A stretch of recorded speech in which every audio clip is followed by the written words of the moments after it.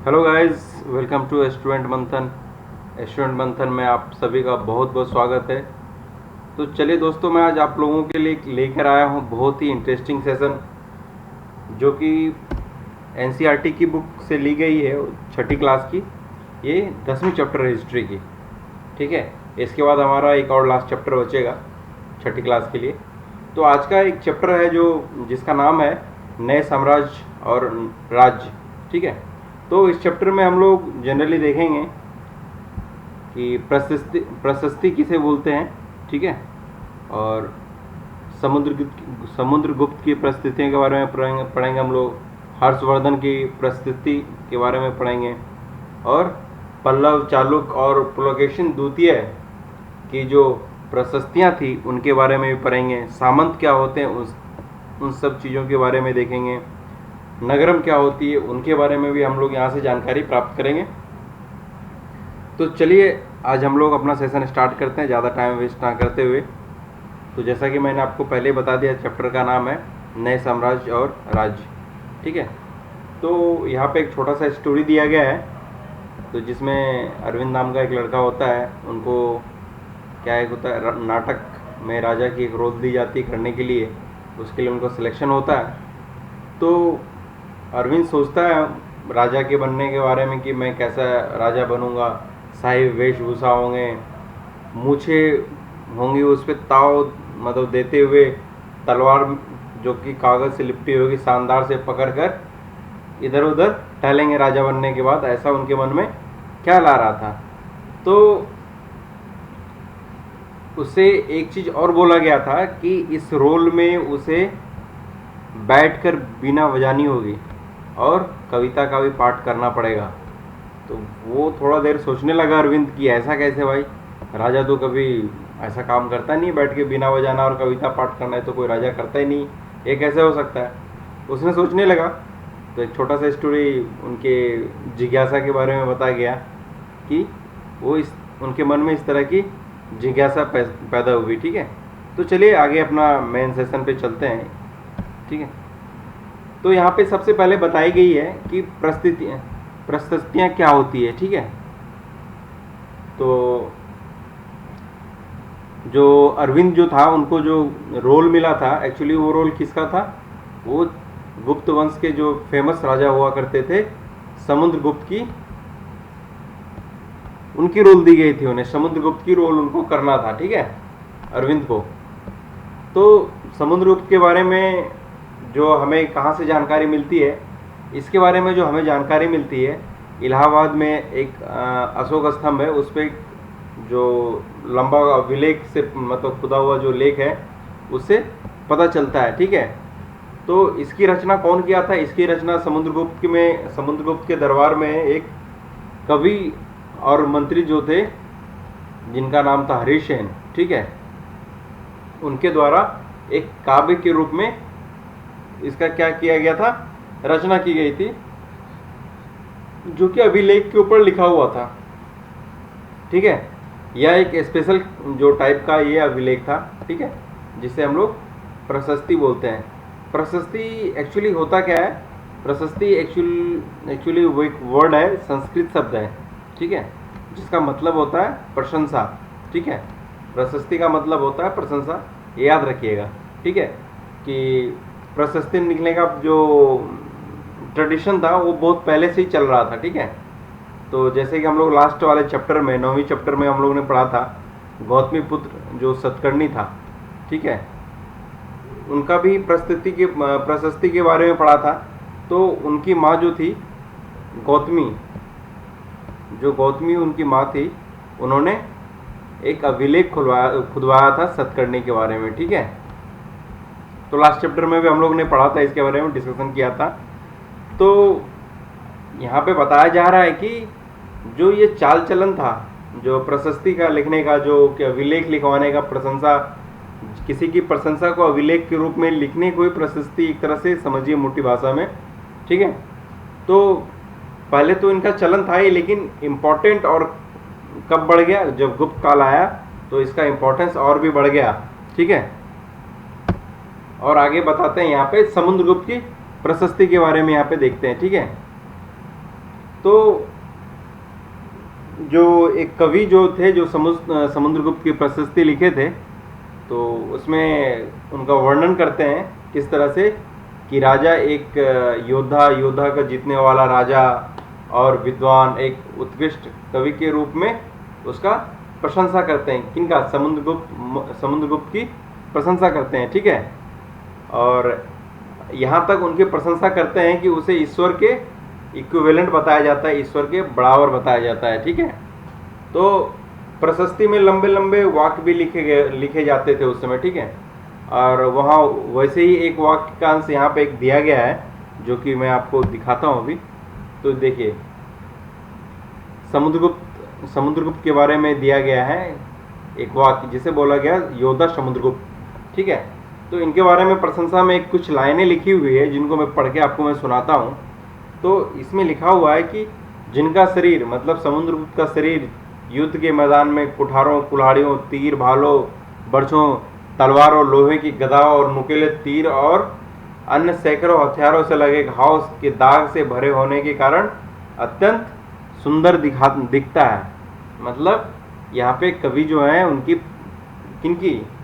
जो समुद्रगुप्त हैं, राजा समुद्रगुप्त की एक योद्धा के रूप में प्रशंसा कर रहे हैं कि शरीर में इतने घाव लगने के बाद भी इनका शरीर जो है अत्यंत सुंदर दिख रहा है, आकर्षक दिख रहा है, ठीक है। इस तरह इनका वर्णन करते हैं। एक अंश दिया गया है वो प्रशस्ति का, ठीक है। देखिए, यहाँ पे बोल रहा है कि मैप देखने के लिए, जो कि मैं आपको दिखाऊंगा, इसमें ग्रीन कलर हो गया, हरे रंग में रंगा हुआ जो एरिया है उनके बारे में बताया गया है कि देखना है। मैप में आपको दिखाता हूँ और भी कुछ चीज़ें जो कि हम लोग साथ में देख लेंगे। और यहाँ पे ये भी बताया जाता है कि जो पूर्वी समुद्र वाला जो एरिया है, ठीक है, उसमें क्या है, लाल बिंदु बहुत सारे दिखते हैं एक साथ, उनके बारे में भी हम लोग देखते हैं। और कुछ जो एरिया है बैगनी कलर का दिखता है और कुछ नीले कलर का दिखता है, ठीक है। तो आपको मैं चलिए दिखाता हूँ वहाँ पे। ये देखिए मैप है यहाँ पे, ये देखिए ये ग्रीन कलर वाला एरिया हो गया, ठीक है, ये बैगनी कलर वाला एरिया हुआ और ये ब्लू कलर वाला हुआ, और ये जो पूर्वी समुद्री तट वाला जो एरिया बताया जा रहा है ये एरिया है, ठीक है। इन सब एरिया के बारे में हम लोग डिटेल में डिस्कशन करते हैं, ठीक है। तो यहाँ पे एक बताया गया है कि ये जो मानचित्र में जो हम लोग एरिया देख रहे हैं, ठीक है, तो प्रशस्ति में जितनी भी जानकारियाँ मिली है उसके आधार पे बनाया गया है ये मानचित्र, ठीक है। तो हरिसेन जो राजा समुद्रगुप्त के बारे में उन्होंने प्रशस्ति लिखे थे, तो हरिसेन जो होते हैं, हरिसेन क्या बोलते हैं कि 4 अलग अलग जो विभिन्न प्रकार के राजा और उसके प्रति समुद्रगुप्त का जो नीति है उसका भी वर्णन करते हैं, ठीक है। तो आगे देखते हैं, आपका जो ग्रीन कलर में दिखाया था आपको मैप में, ठीक है, ग्रीन कलर वाला एरिया जो है किसका है, आर्यवर्त वाला, ठीक है। तो उसमें जो 9 शासक जो थे वो ग्रीन कलर वाले एरिया में 9 शासक थे, ठीक है। तो ये 9 शासकों को समुद्रगुप्त ने हराया था और उनके राज्य पे अपना साम्राज्य कायम किया, अपने साम्राज्य में उसे मिला लिया।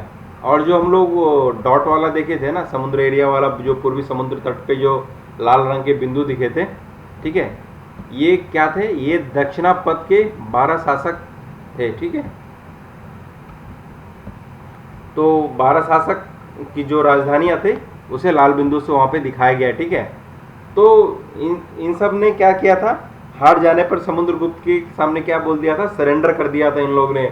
समुद्रगुप्त ने उन्हें फिर से शासन करने की अनुमति दे दी थी। सरेंडर करने के बाद फिर से शासन करने की अनुमति दी थी। कुछ टैक्स लेके हो सकता है, कुछ एग्रीमेंट हुआ होगा उन लोगों के बीच में। उसके बाद उन लोगों ने हराने के बाद भी उसे शासन करने की अनुमति दी थी समुद्रगुप्त मौर्य ने। समुद्रगुप्त मौर्य नहीं, ठीक है, समुद्रगुप्त, ये गुप्त वंश के राजा थे, ठीक है।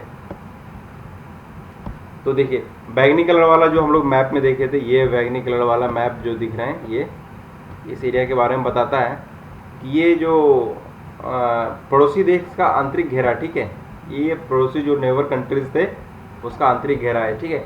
इसमें कौन कौन सा आएगा, एक असम असम आएगा, तटीय बंगाल आएगा, ठीक है, कोस्टल बंगाल वाला एरिया आएगा, नेपाल और उत्तर पश्चिम के कई गण और संघ इसमें आएंगे, ठीक है। गण और संघ के बारे में हम लोग क्लास नहीं, चैप्टर 5 में हम लोग पढ़ चुके हैं, ठीक है।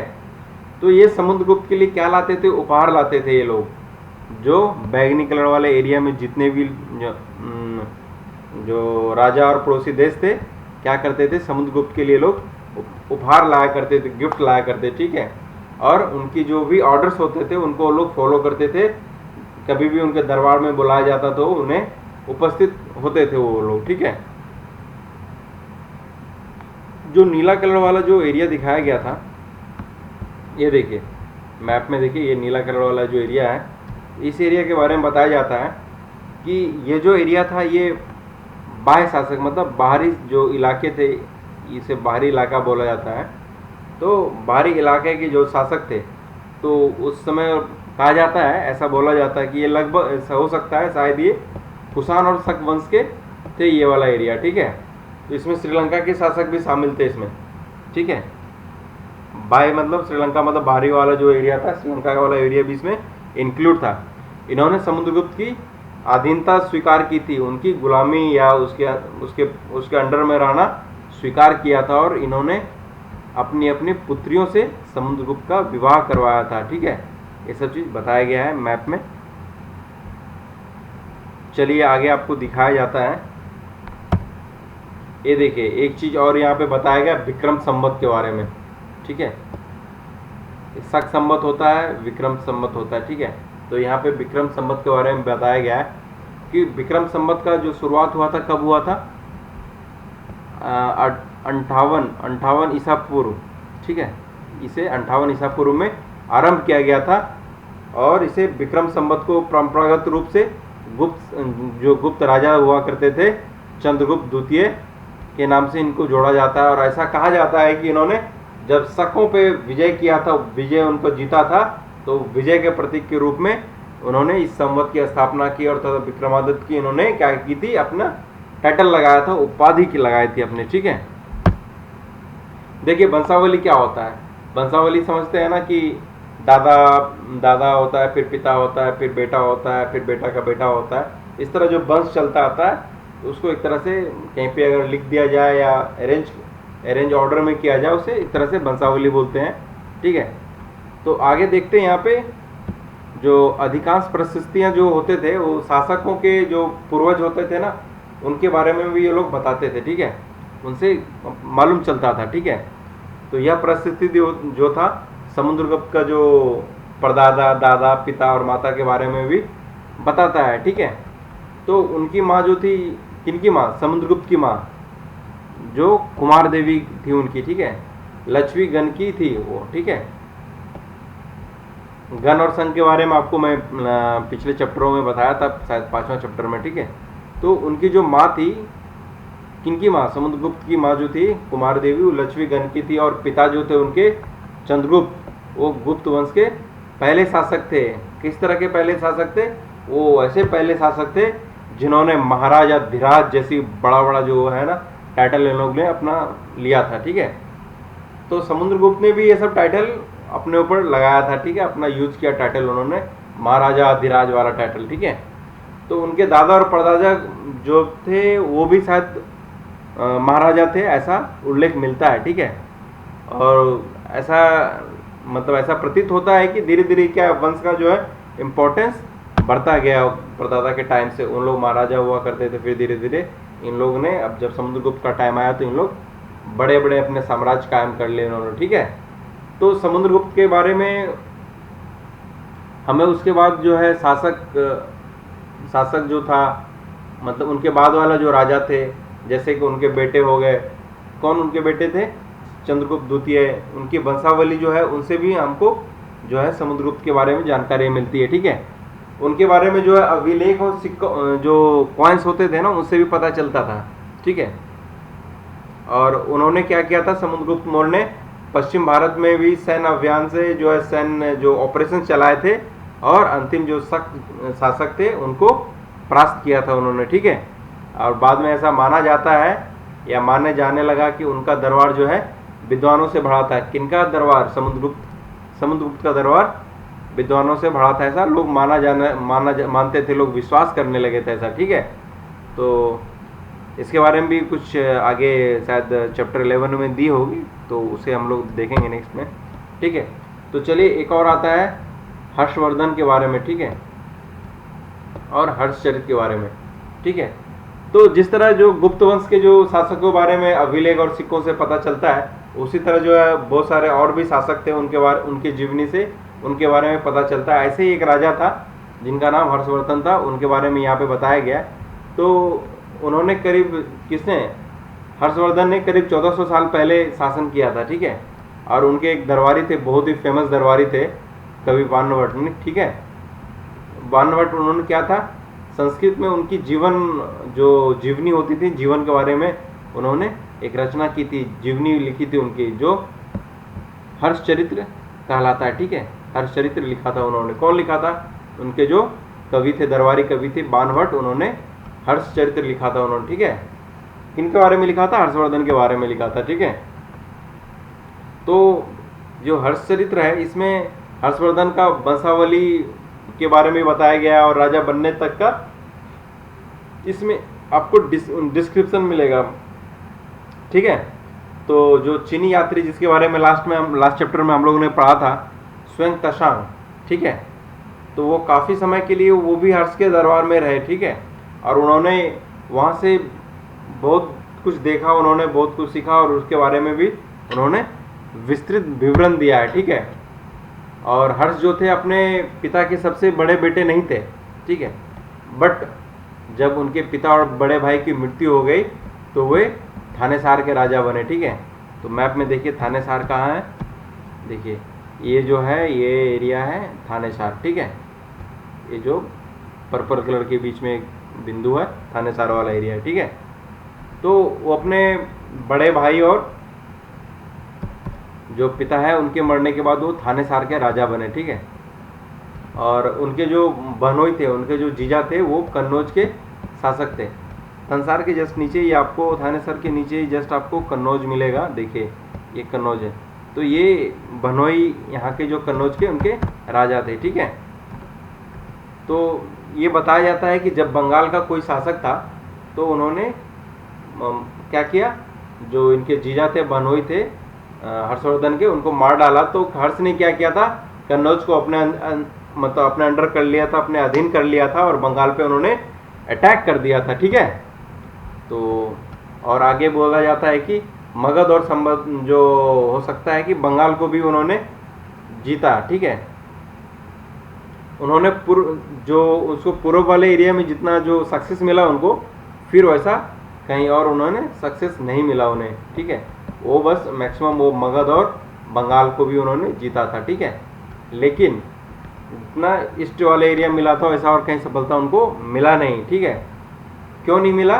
कि जब जो हर्षवर्धन थे वो नर्मदा नदी पार करके दक्कन की ओर जाने लगे तो क्या हुआ, जो चालुक्य नरेश थे, कौन, पुलकेशिन द्वितीय, ठीक है, उन्होंने हर्षवर्धन को रोक दिया। इसलिए उन्होंने दूसरे साइड में उन्हें और भी सफलता नहीं मिल पाई, ठीक है।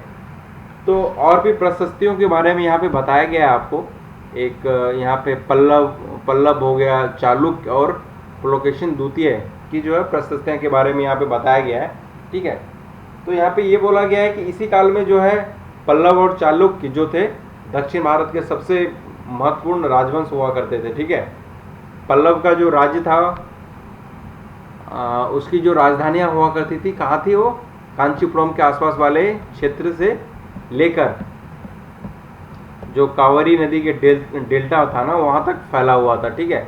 और चालुक्य का जो एरिया था वो कहाँ था, कृष्णा और तुंगभद्रा नदियों के बीच वाला जो एरिया था ना, वो था, ठीक है।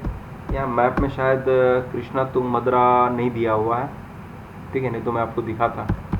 चलिए, ठीक है।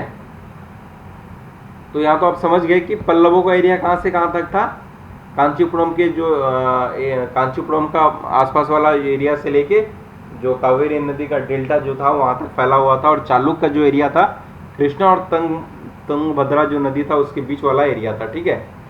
तो चालुक्यों का जो राजधानी हुआ करता था ना, एलोह हुआ करता था, ठीक है। देखिए एलोह, देखिए आपको मैं मैप में दिखाता हूँ। देखिए ये चालुक्य का जो राजधानी था एलोह था, ठीक है,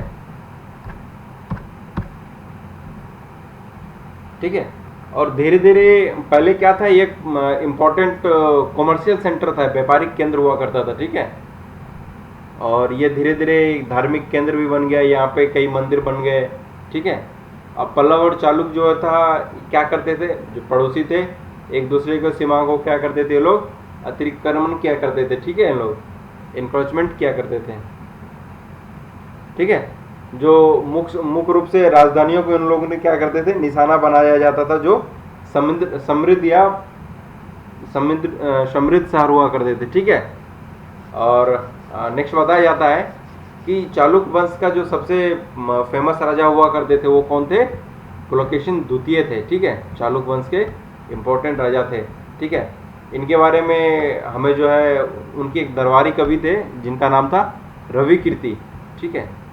रवि कीर्ति ने क्या किया था, एक प्रशस्ति इन लोग ने रचित किया था, किनके बारे में, पुलकेशिन द्वितीय के बारे में लिखा था रवि कीर्ति, ठीक है। तो इसमें जो प्रशस्ति है, इसमें रवि कीर्ति ने लिखे थे उनके पूर्वज के बारे में, और ख़ास तौर के उनकी जो 4 पीढ़ियाँ थी ना, पिछली 4 पीढ़ियाँ, उनके दादा, परदादा, पिता और उनके पिता, इस तरह के बारे में उन्होंने लिखा था, ठीक है। और पुलकेशिन द्वितीय को जो ये जो चालुक्य एरिया मिला था, चालुक्य, वो कहाँ से मिला था, उनको अपने चाचा से मिला था वो, ठीक है। यह राज्य जो है चाचा से मिला था। जो रवि कीर्ति, जो पुलकेशिन द्वितीय के रवि ये दरबारी कवि थे, उनके अनुसार जो पुलकेशिन द्वितीय थे, पूर्व और पश्चिम दोनों समुद्र तटीय इलाकों में उन्होंने क्या किया था, अपना ऑपरेशन चलाए थे उन्होंने, ठीक है। और इसके बाद भी उन्होंने क्या, हर्ष को भी आगे बढ़ने से इन्होंने रोका था। और हर्ष का जो अर्थ होता है, हर्ष का मतलब तो पता ही होगा आप लोगों का, आनंद होता है। हर्ष मतलब खुशी, आनंद। तो कवि ने कहा था कि इस पराजय के बाद हर्ष नहीं रहा, मतलब खुशी नहीं रहा, आनंद नहीं रहा, चला गया, ठीक है। तो पुलकेशिन द्वितीय ने पल्लव जो राजा थे उनके ऊपर भी इन्होंने आक्रमण किया। तो आक्रमण करने के बाद ऐसा कहा जाता है कि जो पल्लव के राजा थे उनको कांचीपुरम की दीवार के पीछे जाके छिपना पड़ा, ठीक है। और चालुक्यों की जो विजय थी ना, वो क्या थी, अल्पकालीन थी, ठीक है। चालुक्यों से दोनों वंश दुर्बल होते गए, ठीक है। पल्लव और चालुक्य को क्या अंततः क्या मिला, राष्ट्रकूट और जो चोल वंश ने जो था ना, उन्होंने समाप्त कर दिया, ठीक है। पल्लव और जो चालुक्य वंश था उनको कौन खत्म किया, राष्ट्रकूट और चोल वंश ने समाप्त कर दिया। इसके बारे में हम लोग क्लास 7 में पढ़ेंगे, ठीक है। तो आपस में लड़ने से कोई भी देश जो है, कोई भी राज्य कमजोर होगा, कमजोर हुआ तो राष्ट्रकूट और चोल वंशों ने इनका फायदा उठाया और इन लोगों को समाप्त कर दिया, ठीक है। तो आगे बताया जाता है कि इन राज्यों का जो है प्रशासन, जो एडमिनिस्ट्रेशन कैसे चलता था, इसके बारे में बताया जा रहा है। तो जो यहाँ पे एडमिनिस्ट्रेशन चलता था, पहले की जो राजा हुआ करते थे ना, उसकी तरह ये राजाओं के लिए भूमि का सबसे महत्वपूर्ण बना रहा, ठीक है। पहले भी राजाओं के लिए भूमि जो है सबसे इम्पोर्टेंट था, कर वसूलते थे, ठीक है। और अभी के राजाओं के लिए भी ये जो भूमि वाला एरिया है वो इम्पोर्टेंट रहा, ठीक है। जो एडमिनिस्ट्रेशन की जो पहला जो इकाई होता था ना, जो पहला यूनिट होता था, वो गांव से शुरू होता था, ठीक है।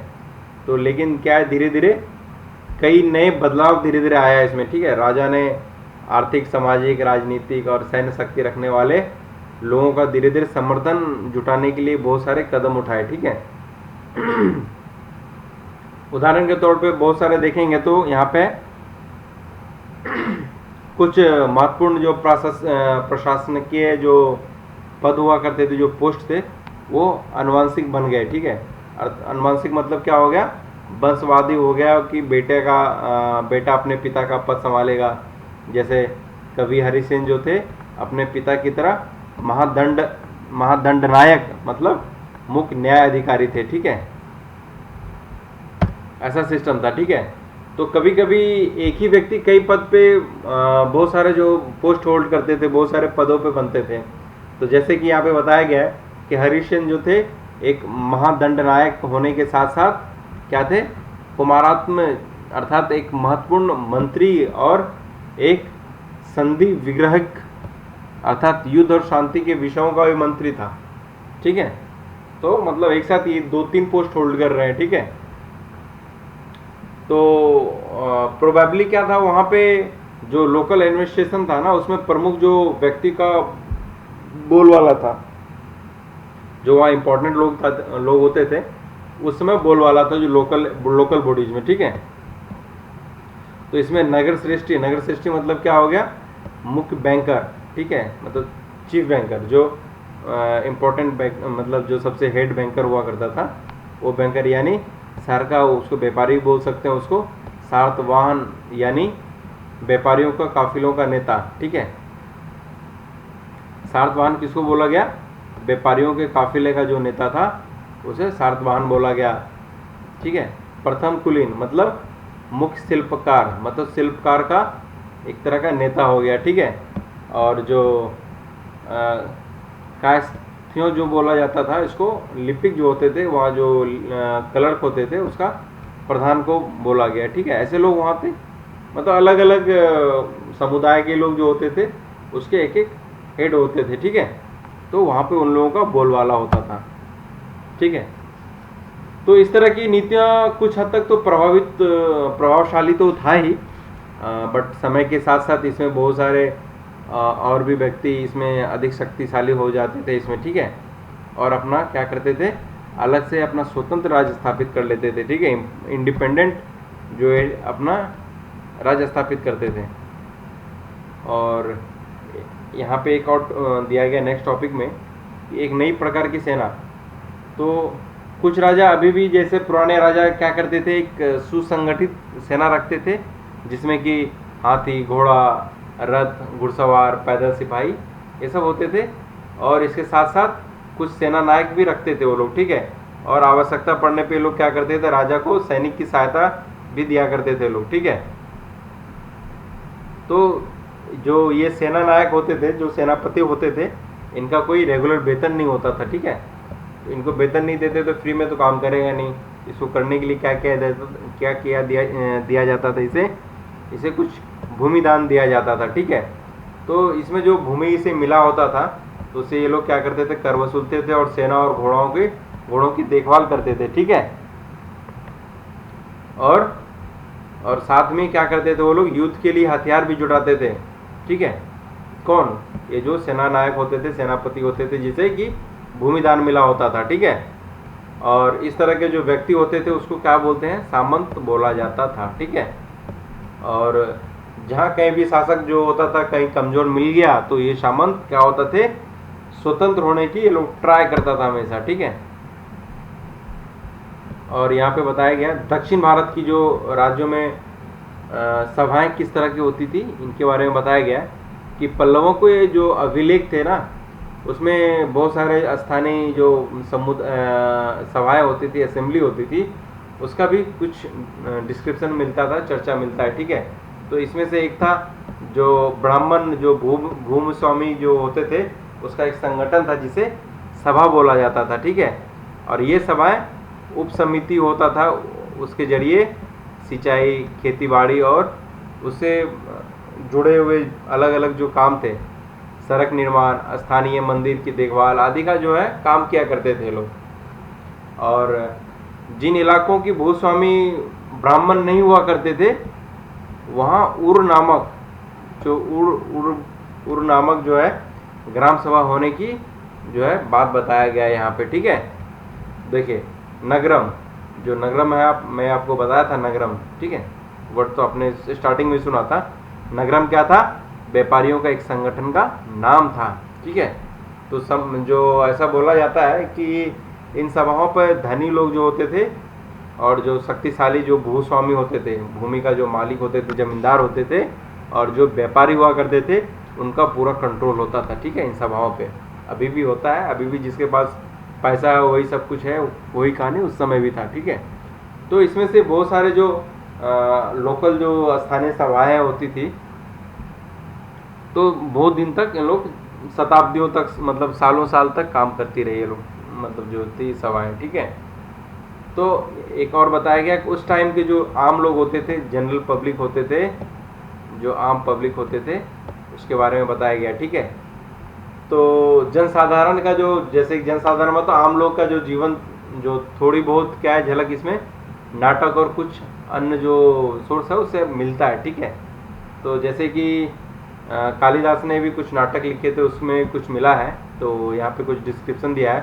कालिदास ने अपने नाटक में जो है राज दरबार, ठीक है, राज दरबार के जीवन की चित्रण के लिए, मतलब क्या है, ये तो एक फेमस है, कालिदास जो है राज दरबार का जो जीवन है, उस जीवन चरित्रण जो है कि राज दरबार में कैसे राजा रहते थे, रानी रहते थे, मतलब वहाँ पे सभाएं, सेना, इस सब के बारे में उन्होंने नाटक के रूप में, कालिदास तो लिखते ही थे। और नाटक में जो ये लोग लिखते थे कालिदास, इसमें एक और इंटरेस्टिंग बात है कि राजा और अधिकांश ब्राह्मण को जो है संस्कृत में बोलते हुए इन्होंने हमेशा दिखाया है, जबकि और लोगों को इन्होंने क्या दिखाया गया, प्रकृत भाषा में बोलते हुए इन्होंने दिखाया है, ठीक है।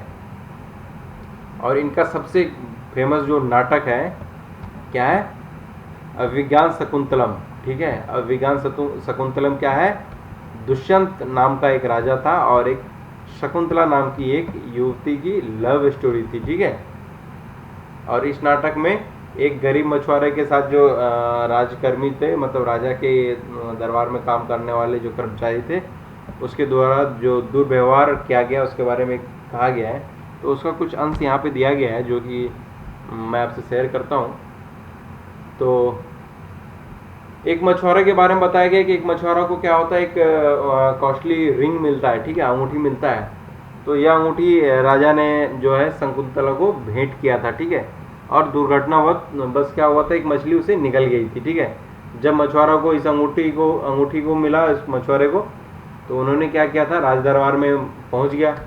तो पहले तो राज दरबारी उसकी क्या किया, द्वारपाल जो है उस चोरी का उसको आरोप लगाया, ठीक है। फिर उसके बाद क्या किया, उसके साथ मुख्य जो पुलिस अधिकारी थे वो भी उनके साथ बहुत बुरी तरह पेश आया उनके साथ, ठीक है। अंगूठी लेके आया तो सोचे चोर होगा, तो उसे क्या पता कि ये मछली के मतलब पेट से निकला हुआ है, ठीक है। तो जब राजा उस अंगूठी के देखे तो राजा तो खुश, उनका तो अंगूठी मिल गया, क्योंकि वो अपनी गर्लफ्रेंड को गिफ्ट दिए थे, शकुंतला को उन्होंने गिफ्ट किया था, ठीक है। तो यह खुश हो के उन्होंने क्या किया था, जो राजा थे उन्होंने मछुआरे को इनाम दिया, ठीक है। पुलिस वाला और जो द्वारपाल थे मछुआरों को जो इनाम का कुछ हिस्सा जो है हड़पने के लिए उसके साथ शराब खाने चल पड़े कि भाई तुझे इनाम मिला है, तू पार्टी देगा, ठीक है। तो ऐसे ही कुछ कुछ सोर्सों से पता चलता है कि उस समय जो राज दरबारी थे या राजकर्मी थे कैसे पेश आते थे लोगों के साथ, ठीक है। जो जो चीनी यात्री थे जिनका नाम फास्टियन था, ठीक है, उनका भी ध्यान इन लोगों की दुर्गति पे गया था, जैसे कि आम पब्लिक के साथ कैसा व्यवहार होता था, तो इनके दुर्गति पे भी उसका ध्यान गया था। उन्होंने ऊंचे और शक्तिशाली लोगों को अछूत मानते थे वो लोग, ठीक है, जिन्हें वो लोग ऊंचे और क्या है यहाँ पे लिखा हुआ, जिन्हें ऊंचे और शक्तिशाली लोग अछूत मानते थे, किन्हें, जो लोग दुर्बल होते थे, ठीक है, आम पब्लिक या की जो लोअर कास्ट वाले होते थे, तो उनको जो शक्तिशाली लोग हो गया, ऊंचे लोग होते थे, वो लोग उसे अछूत मानते थे, ठीक है। और ऐसा बोला जाता था इन्हें शहर के बाहर ही रहना पड़ता था। और लिखते हैं कि अगर इन लोगों को शहर या बाजार के भीतर आना होता था तब ये लोग सभी को अलर्ट करने के लिए क्या करते थे, लकड़ी के टुकड़े से, मतलब दो लकड़ी का टुकड़े लेते थे, एक दूसरे पे चोट करते थे जिससे कि आवाज़ निकलती थी, ठीक है। तो लोग इस आवाज़ को सुन के क्या होते थे, अलर्ट होते थे और छू जाने या किसी प्रकार के संपर्क में आने से बचते थे, ठीक है। और एक जगह बानवट जो थे, बानवट के द्वारा अभियान पर निकली जो राजा की सेना का सजीव चित्रण किया गया, ठीक है। राजा की जब सेना निकला था तो उसका सजीव चित्रण किया गया था बानभट्ट के द्वारा, ठीक है। तो राजा की सेना के बारे में यहाँ पे बताया गया है कि तो राजा जो है बड़ी मात्रा में साजो सामान लेके यात्रा करते थे। राजा है भाई, उसे तो कुछ चीज़ की कमी नहीं हो, तो साज सामान लेके ही यात्रा करेंगे, ठीक है। इसमें क्या क्या होता था, हथियार होते थे, इसके अतिरिक्त रोज़मर्रा का जो डेली यूज वाली चीज़ें होती थी, जैसे कि बर्तन हो गया, असबाब, मतलब जिसमें सोने का पायदान भी शामिल था उसमें, ठीक है, इंक्लूडेड था। खाने पीने का सामान जैसे कि बकरे, हिरन, खरगोश, सब्जी, मसाले, ये सब बहुत सारे लेके ये लोग निकलते थे, ठीक है। और ये सब सारी चीज़ें क्या होती थी, ठेले गाड़ियाँ या ऊँट या हाथियों जैसे सामान ढोने वाला जानवरों के पीठ पे लोग लाद के ले जाते थे, ठीक है। और इस विशाल सेना के साथ साथ इसमें क्या होते थे, संगीतकार होते थे, नगाड़े, बिगुल और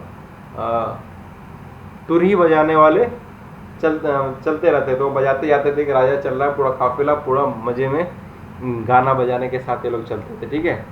और रास्ते में पड़ने वाले गांव जो भी होता था, वही लोग क्या बोलते थे, गांव वाले इनका वेलकम करते थे, सत्कार किया करते थे, ठीक है, उनको करना पड़ता था। वे दही, गुड़ और फूलों का उपहार लाते थे, ठीक है, और साथ में जानवरों का चारा भी देते थे। और वे राजा से भी मिलना चाहते थे ताकि वो अपनी जो है जो भी प्रॉब्लम्स हो उनको बताए, उनके सामने लोग रख सके, ठीक है। पर ये सेना जो होती थी अपने पीछे विनाश और विध्वंस का भी निशानी छोड़ जाती थी। अक्सर गांव वाले का जो है झोपड़ियाँ, हाथी जो है कुचल दिया करते थे। व्यापारियों के काफिलों में जूते बैल और जो इस हलचल भरे माहौल को देख के भाग खड़े होते थे, ठीक है। बान भट्ट लिखते हैं कि पूरी दुनिया धूल के गर्त में डूब जाती थी, ठीक है। भाई राजा निकला, कहाँ क्या होगा इसे कोई बोलने वाला नहीं। किसी का खेत चढ़ गया, किसी का झोपड़ी उजड़ गया, किसी का मवेशी खा गया, तो मतलब एक तरह का पीछे विनाश छोड़ जाता थे, लोग विध्वंस करके जाते थे, ठीक है। तो एक और भी यहाँ पे दिया हुआ एक्स्ट्रा चीज़ दिया गया अरब के बारे में, ठीक है। तो बताया जाता है कि मरुभूमि होते हुए भी जो है सदियों से अरब क्या है, यातायात का एक बड़ा केंद्र था, ठीक है। रियली में क्या था कि एक्चुअली में अरब जो व्यापारी और जो नाविक जो थे ना, उन्होंने भारत और यूरोप के बीच क्या किया था, समुद्री व्यापार बढ़ाने के लिए बहुत क्या बोलते हैं उसको, इम्पोर्टेंट रोल निभाया था इन्होंने, ठीक है। तो अरब में जो रहने वाले अन्य लोगों में क्या था, बेदुइन थे, ठीक है। जो बेदुइन जो होते थे वो घुमक्कड़ कबीले के रूप में जाना जाते थे, ठीक है। और वे मुख्य रूप से जैसे ऊँट हो गया, ऊँट पे आश्रित रहते थे, क्योंकि यह एक ऐसा मजबूत जानवर था जो मरुभूमि में भी हेल्दी रह सकता था, स्वस्थ रह सकता था, बिना पानी पिए बहुत दिन तक ऊँट जिंदा रह सकता है, चल सकता है, मस्ती में रह सकता है, जैसे कि आप लोग को पता है, ठीक है। तो बताया जाता है कि लगभग 1400 साल पहले पैगंबर मोहम्मद ने क्या किया था, अरब में इस्लाम नामक एक धर्म की शुरुआत की थी, ठीक है। इस्लाम धर्म की तरह ईसाई धर्म की तरह, ठीक है, इस्लाम ने भी अल्लाह को सर्वोपरि माना, ठीक है। इसके बाद सभी को समान माना गया और इस्लाम धर्म के पवित्र ग्रंथ जो है कुरान का एक अंश दिया गया है यहाँ पे, ठीक है। याद रखिएगा, बहुत ही इंपॉर्टेंट चीज़ है। इस्लाम धर्म का पवित्र ग्रंथ का नाम क्या है, कुरान है, ठीक है, इस्लाम धर्म का, ठीक है। तो कुरान का एक कुछ यहाँ पे अंश दिया गया है।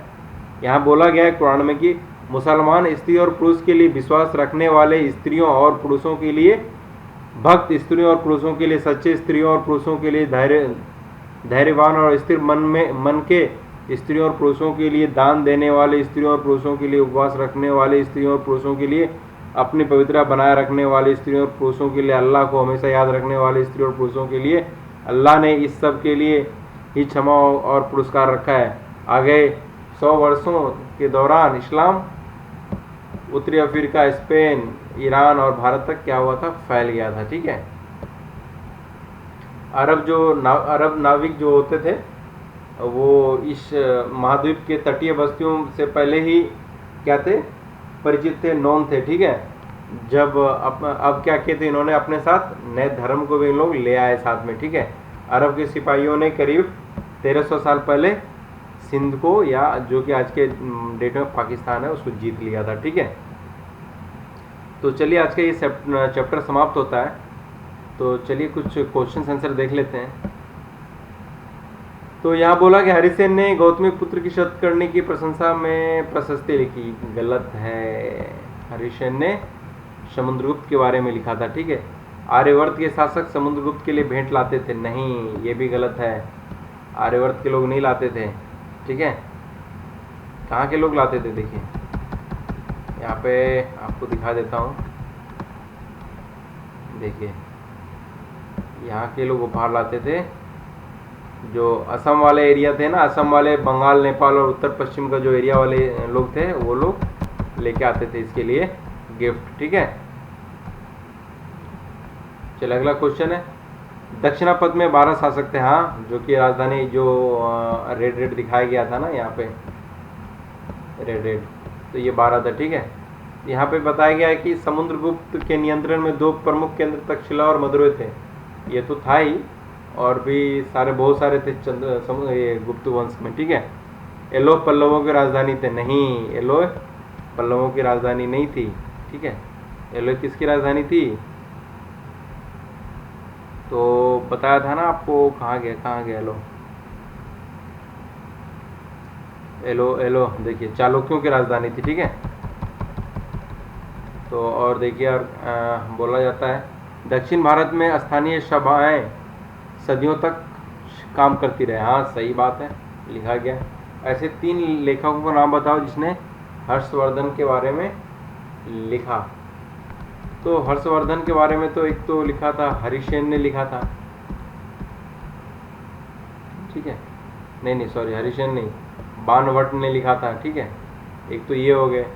एक चीनी यात्री स्वयं त्याग ने भी लिखा था इनके बारे में, ठीक है।